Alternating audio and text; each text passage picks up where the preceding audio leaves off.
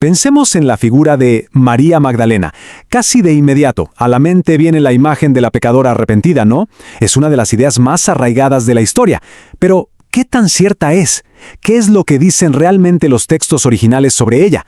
Bueno, aquí vamos a hacer justamente eso, separar el mito de la evidencia para intentar descubrir a la mujer real que se esconde detrás de la leyenda. Y aquí está el meollo del asunto.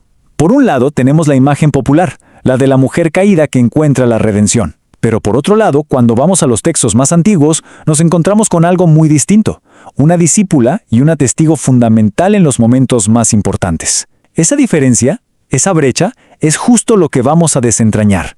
Bien, entonces la gran pregunta es esa. Y para responderla, tenemos que ir directo a la fuente. Olvidémonos por un momento de siglos de pinturas, de películas, de tradiciones, y vayamos a lo que está escrito, a los textos bíblicos. Vamos a ver qué nos dicen realmente. Y bueno, para eso arranquemos por el principio, ¿no? Por el retrato bíblico. Vamos a ver qué nos cuentan los evangelios canónicos, que al final de cuentas son los relatos más antiguos y directos que existen sobre su vida y el papel que jugó en el ministerio de Jesús. A ver, los evangelios, sobre todo el de Lucas y el de Marcos, nos dan datos muy concretos. Primero, que era de Magdala, un pueblo pesquero importante. Segundo, que Jesús la sanó. El texto de Lucas 8:2 es explícito. Dice que de ella habían salido 7 demonios. Y aquí viene lo más revelador. Todo indica que era una mujer independiente, algo rarísimo para la época, que no solo seguía a Jesús, sino que lo apoyaba con su propio dinero. Y miren esta cita, es del Evangelio de Lucas capítulo 8, versículo 3. Es cortita pero dice muchísimo. Dice que ella y otras mujeres les servían de sus bienes.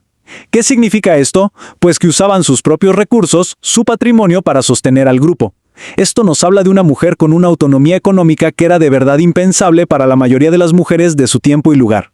Y si quedaba alguna duda de su importancia, aquí está la prueba definitiva. En el momento más oscuro, el más peligroso, cuando los discípulos hombres, los apóstoles, huyeron por miedo, ¿quién se quedó? Ella. El Evangelio de Marcos, en el capítulo 15, lo deja clarísimo. María Magdalena estuvo allí, al pie de la cruz. Eso es una muestra de lealtad y de una valentía increíbles. Definitivamente no era una seguidora más, era una de las más fieles. Muy bien, ahora vamos a cambiar un poco de rumbo. Dejemos los evangelios que todos conocemos y entremos en un terreno, digamos, más polémico.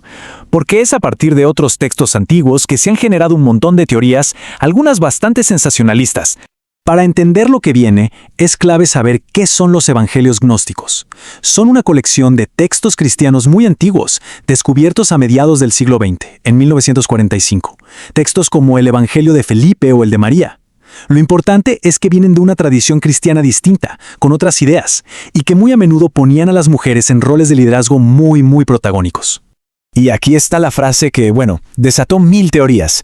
El Evangelio de Felipe se refiere a ella como la koinonos de Jesús. La palabra clave es esa, koinonos. Claro, se puede traducir como compañera, y de ahí muchos saltan a la idea de una pareja romántica. Pero ojo, la palabra en su contexto original es más compleja. Puede significar socia espiritual, colaboradora cercana, no necesariamente una esposa o un amante. Y por si fuera poco, el Evangelio de María va todavía más lejos. En este texto, ella no es solo una seguidora, es una líder. Se la presenta como la discípula que realmente entendió las enseñanzas de Jesús a un nivel más profundo, a tal punto que el propio Pedro le pide que sea ella quien comparta las palabras del Salvador que los demás no llegaron a comprender. A ver, hagamos una pausa. Si los evangelios canónicos la pintan como una discípula fiel y los textos gnósticos como una líder espiritual, entonces, ¿de dónde salió la famosa imagen de la mujer caída, de la pecadora? Bueno, prepárense porque aquí es donde la historia da un giro totalmente inesperado. La respuesta es sorprendentemente simple. Todo fue un gran malentendido, un caso de identidad equivocada. El mito no nació de un texto antiguo que la acusara de nada, sino de la fusión, a lo largo del tiempo, de dos personajes femeninos que en los evangelios eran completamente distintos. Así fue como pasó. Por un lado tenemos a María Magdalena, la seguidora de Magdala. Por otro lado, en el Evangelio de Lucas capítulo 7, se cuenta la historia de otra mujer, una mujer anónima, a la que se describe como una pecadora que unge los pies de Jesús. Y esto es lo crucial. La Biblia nunca en ningún lado dice que sean la misma persona. Fueron las tradiciones posteriores las que poco a poco empezaron a mezclarles. Esta línea de tiempo lo deja todo clarísimo. En el siglo I, en los Evangelios, es una discípula clave. Para el siglo III, la confusión ya está en marcha. Pero el momento decisivo es el siglo VI, cuando el Papa Gregorio Magno da un sermón y básicamente oficializa el mito. Declara que María Magdalena es la pecadora arrepentida. Y esa imagen se consolidó por más de 1000 años. No fue hasta 1969 que la Iglesia Católica revisó formalmente esto y separó de nuevo a las dos figuras. Entonces, con este error histórico ya corregido, ¿cuál es el verdadero legado de María Magdalena? ¿Cómo deberíamos recordarla? Toda la evidencia de los textos más antiguos, los originales, apunta en una sola dirección.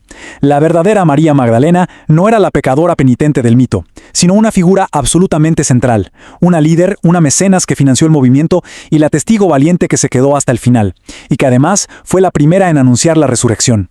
Su verdadera historia es la de una discípula por derecho propio, una de las más importantes. Y esto nos deja con una última reflexión. La historia de María Magdalena es un recordatorio muy poderoso de cómo las narrativas pueden cambiar, pueden transformarse con el tiempo, a veces hasta ocultar por completo la verdad original. Y nos hace preguntarnos, ¿cuántas otras historias que damos por ciertas serán así? ¿Qué otras verdades estarán ahí, esperando, en las fuentes originales, a que volvamos a ellas?